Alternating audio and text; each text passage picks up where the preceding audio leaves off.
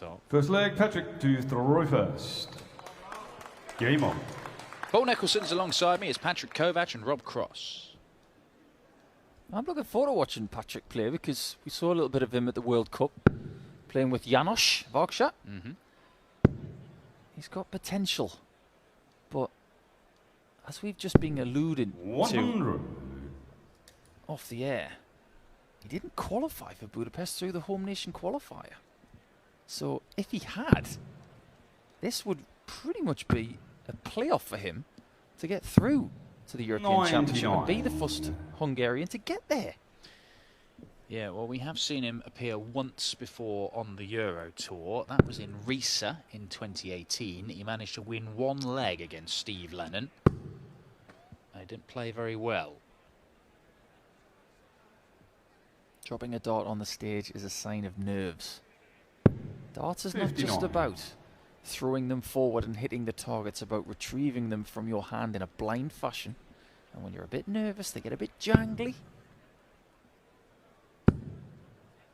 Now, Rob Cross will be thinking this is a decent draw for him, playing against someone who has not experienced victory on a European Tour stage before.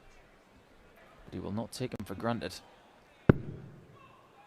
He understands that there's no pressure being the underdog. And that leads me to who could play next. Because MVG's waiting. Yeah, Michael van Gerwen, the number 4 seed here. I know that over the last year and a bit, a draw against Michael van Gerwen has not been as daunting as it had done before. But now that he's picked up his first title in 10 months, you could see the reaction from MVG. I kind of get the feeling the floodgates might start opening, and he would be the player I'd look at to be winning here in Gibraltar this weekend, if I'm honest. Very impressed by that 180 from Patrik. Gets to the finish first. No reaction from that cuddly toy. Say what you like about that monkey. He does change allegiances, but he does give the best of order. Hang about. Just keep the line good. Double 5. 5 consecutive treble 20s leaves double 5 for Patrik Kovacs. How about that? 6 perfect darts for the Hungarian. A man who'd only won one leg on the European Tour before now, and he's just won that one with a 15-darter. And more importantly, back-to-back perfect visits. It's proof, Dan, that Patrik can play. Only very good players can convert 310 in 6 darts. You know, fluke that. You can't. Actually, shall we do, I know it's early on, but let's do it. Let's do the first 9 and overall averages just before these changes. Can we show those? Because it's just gone up a little bit. There you go. 68 and 97. I mean, it was 63 before that visit. Terrific. Rob Cross pootling along at 117 and trailing in this match. I know it's only one leg in, but just enjoy it while it's there. Averages are only apt after a certain amount of legs. We've all come out of the gates and stuck in couple of 12s at the start and averaged 125. 96. It's where you stand after 11 legs. That's what counts.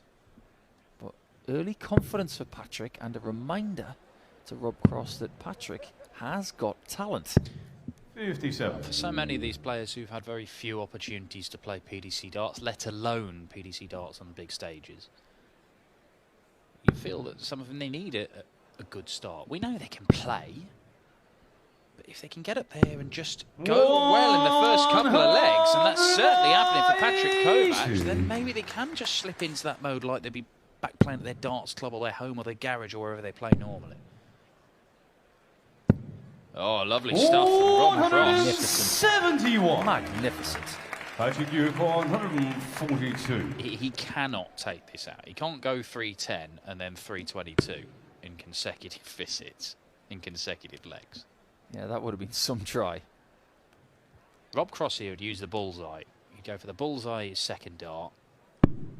Yeah, and that leaves him treble 19 to leave tops. 64. We require shows he's got a darting brain as well. Yeah. Talent is all well and good, but you have to have a darting brain at this level as well. You show on the second leg. Rob Cross for me this year, Dan. I have to say, his double top shooting has been improved. never really liked double top much, but this year he has been slightly better at it. I'm going to have to dig into his stats this year to find out just how good he has been on it.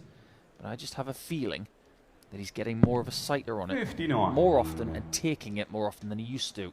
Well, the thing with Rob Cross, so many of his problems, or at least part of his issue, has been that his darts are kicking over to the right-hand side. So his favourite double, which is double 16. Look at those ones. He's dragged those low, all three of them. They're winning very upright as well. That's either a grip issue, certainly a release issue, but it's the same thing that causes his darts to kick over to one side, and that has caused him all sorts of problems on double 16 and double 8. Double top, of course, doesn't matter. Doesn't matter. You've only got to get the sort of weight of dart right. Here we go. That one's still winning very upright. 100. The other two that followed it were more normal for Rob Cross. He is one of those players that can go above and below a first dart. I wonder, you know, this weekend with Peter Wright coming into the tournament tomorrow, what he would potentially use here. 60. Because this is about as humid as you would find on the European Tour. We're not that far from Africa, but it is very humid here, and darts are going to behave slightly differently. We used to have players changing their darts in Vegas because the air was different. The air's different here, so watch out for equipment changes from some of the elite guys. Well, certainly Peter Wright is a guy who tinkers depending on the 60. environmental conditions.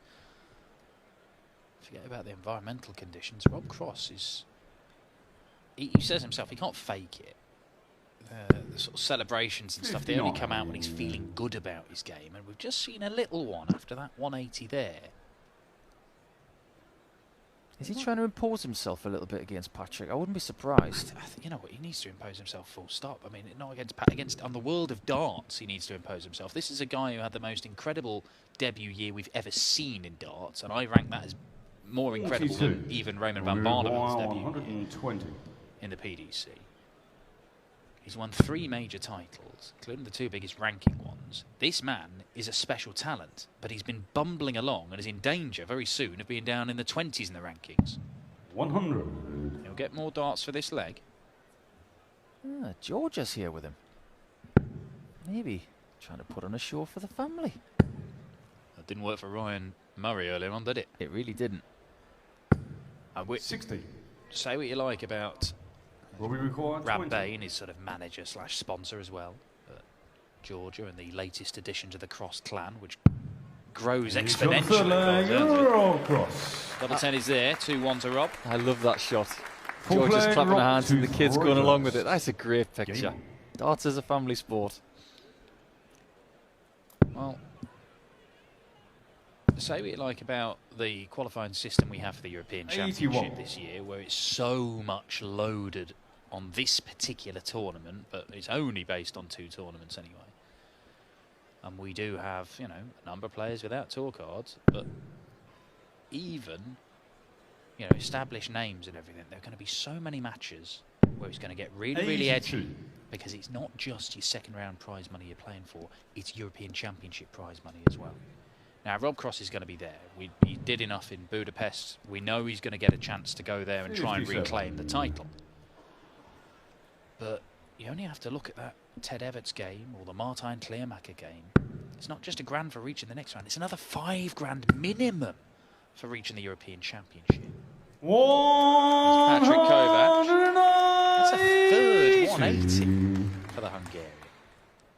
There is something there with this guy. Well, it's safe. If he can make this close, Patrik could get to a stage where he's got a checkout for the match. And it's not just to beat Rob Cross. It's not just to win his first game in PDC darts. It's not just to get an extra grand. 140. It's an extra $5 guarantee for the European Championship. Potentially $100 grand to go on and win it, but just winning a game or 2 there. You're talking big money. I think he got a little greedy on his last start, though. 77. He just fancied the 4th 180 of the match. 90. As a consequence, he's got 99.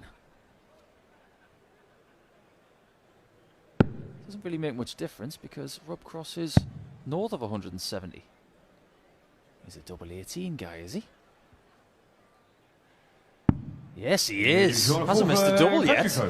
And he's got the most 180s. He's causing problems for Rob Cross. 12 darter. Break a throw. Fifth leg, I mean, Patrik to throw that's first. the impressive thing, isn't it? Rob Cross, who's a big name, has just put 2 really good legs back to back, gone into the lead, and then you hit back immediately with a 12 darter and break the throw. And he's finding the treble pretty regularly. Easy one. Do you think it's time for someone to take that mantle that Nando Bajeg had for so many years? It's time for someone to be the definitive #1 in Hungary. Well, look, the game could grow and be a massive 100. success and be all over the telly and everything else. You know, it could grow without them having a top player, a figurehead, if you like.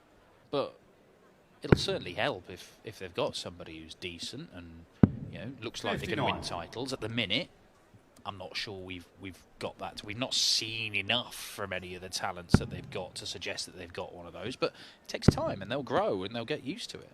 We need 1 or 2 Hungarians to get on tour full time, to be exposed to players like this all the time. We've seen it with Germans, we've seen it with Christian Bunzer and Max Hopp, Martin Schindler, Gabriel Clemens. 100. Constant exposure to better players has made them better players.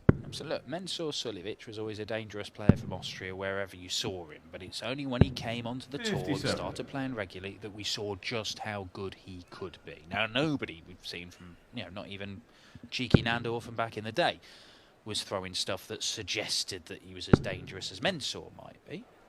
But it is early days, and we've had limited exposure to some of these Hungarian talents. 100. And right now, Patrik Kovacs here is averaging low 90s. He's not missed a darted double. He's hit 3 180s in the first 5 legs, and he's taking the game to Rob Cross. Well, if he was averaging 93.13 for a season 61. in Players' Championships, that would be above average. But is this an above average performance from Patrik? I'd probably have to say yes at this point. But another drop dart, just showing a little bit of nerves. But he is in the better position here. Especially after that. 150. 19s. 6 of them would have left his favourite double. Is Kovacs about 85. to take the Patrik, you lead? require 56. Well, he's going to go 16. Thought maybe he might look at 20 for 18s, having hit that last time, but very much of the Rob Cross school, and set up a shot, step back, have a look at it, and then go for the double. And it works. Patrik You bet it works. 3 shots at a double, 3 hits. To throw first. He's having the best performance I've seen from him so far, and I've seen him play a few games, admittedly, most of them in the World 93. Cup.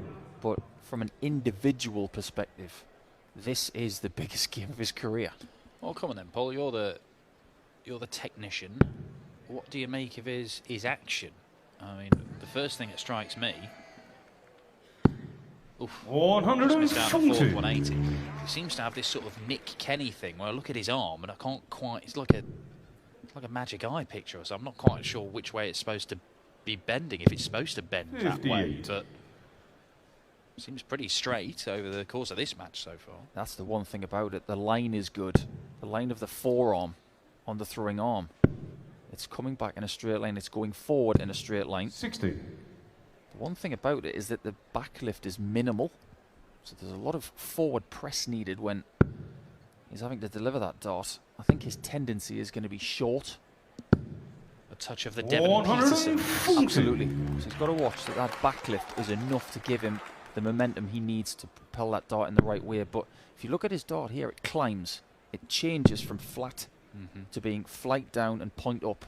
And that's where he gets his lift from. 96. But technique-wise, it looks a little bit uncomfortable to me. But from the perspective of fundamentals, 60. there's nothing wrong with it. It's working for him here. Rob Cross leaves that 150 again, and a couple of trebles here will really apply some pressure. There's one of them. Oh, hello. 19s or the 15s. Where's it going to go? Could go bull. Big two. That might cost him. Might cost him. Again, it's 150. But this time he gets the 57 to start. And the next one. Oh, that would have been really good in the air. Patrik, you require 83. Now, you said it, Dan. 83 is a lot more tricky than 70, which is what he would have left if he'd have got a single 15. It's the difference between hitting big numbers and getting a dart at the outer ring, or just getting a dart at the bullseye.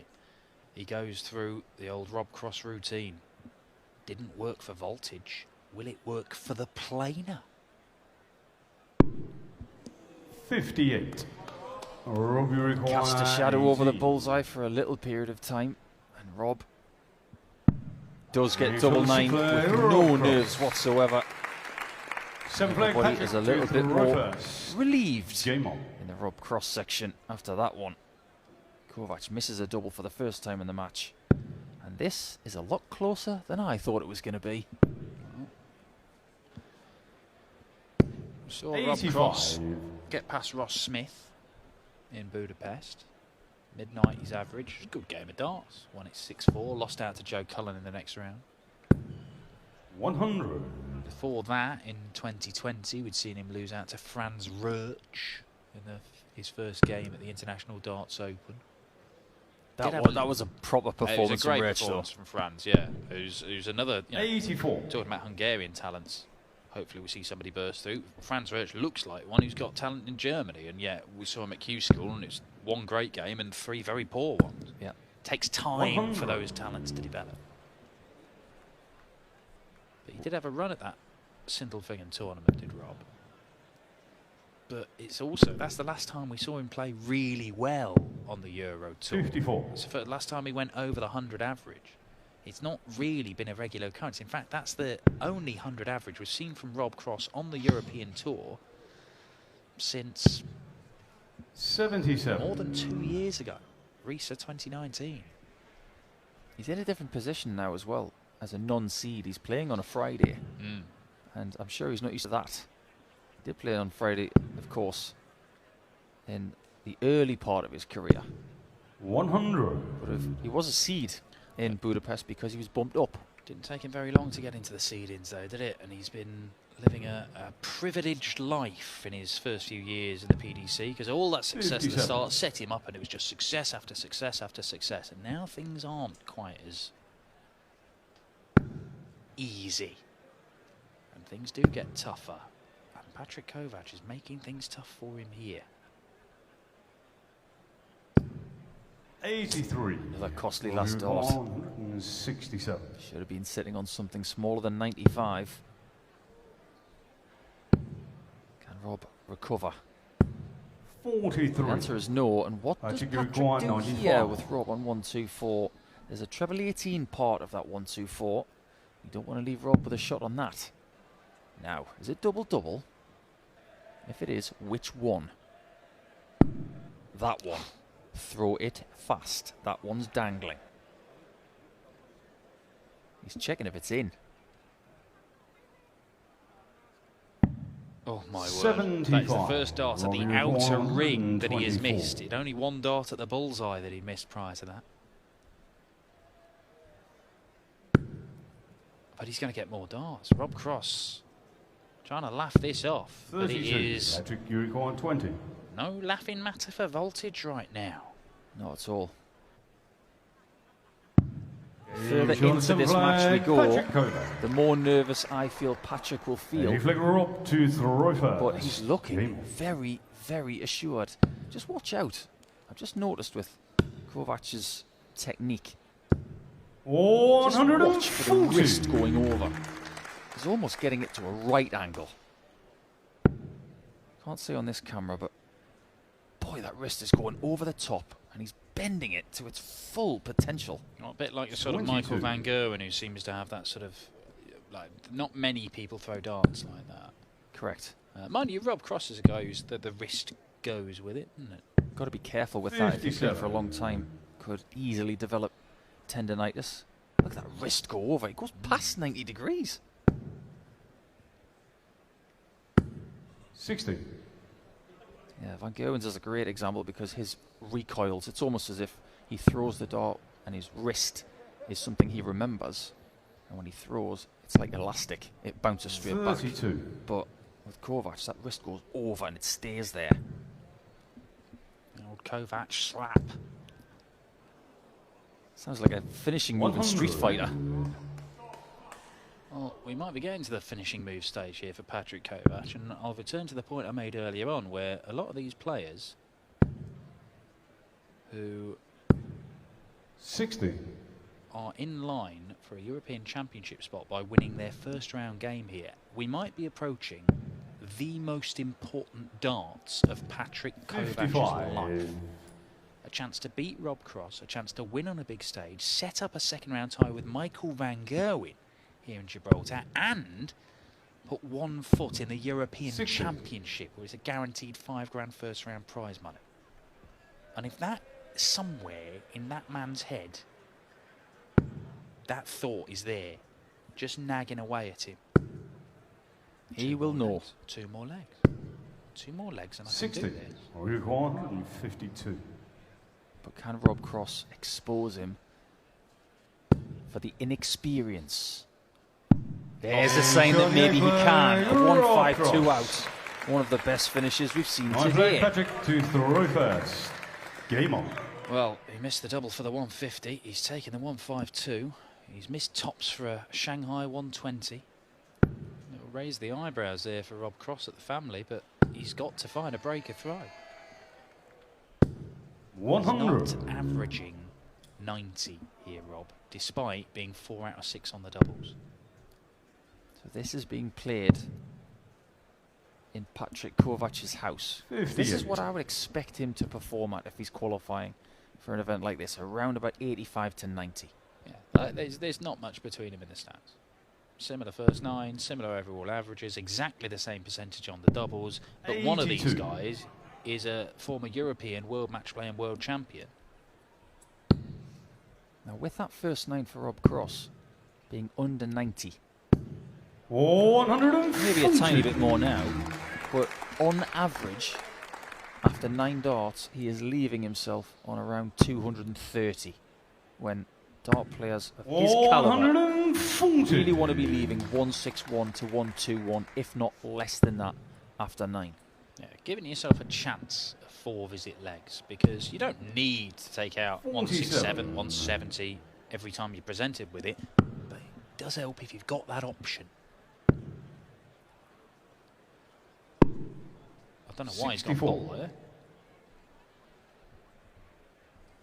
Don't really think he gains anything by doing it, but look. Let's find out if it was beneficial. 140. That you require 150. This is the Mervyn King out shot that I like. 115. I mean, I'm baffled as to why you would. He's gone for the ball to set up that, and then gone for the treble 20 first dart. Now it leaves treble 19 for double. Yeah, It's nobody just likes very double 19. strange board management. I mean, he could have just gone treble 19 for the first dart there. But If he was going 54. 25, I was certain he was going to go Robbie 25 Maguire, first on the 115. look, I don't understand that from Patrik Kovacs. Is that his route? Has he made a mistake? Is he not thinking clearly? Is Rob Cross going to punish him for it? Double 18 to go back into the lead. Big moment. And he's dragged it. 84. He has Patrik, you require dragged it 61. low. Does he go for the 25 this time? That leaves 44. Pick your double. Get your single first. That was a shaky 4. Biggest start, possibly, of his career to date. It was a bit shaky. 41. It wasn't a bad dart, but it was Robbie released a requires tiny 32. bit late.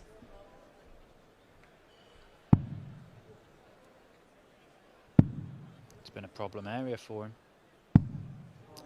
But 24. those darts didn't look particularly Patrik, you require problematic in terms of 20. kicking over. He just missed.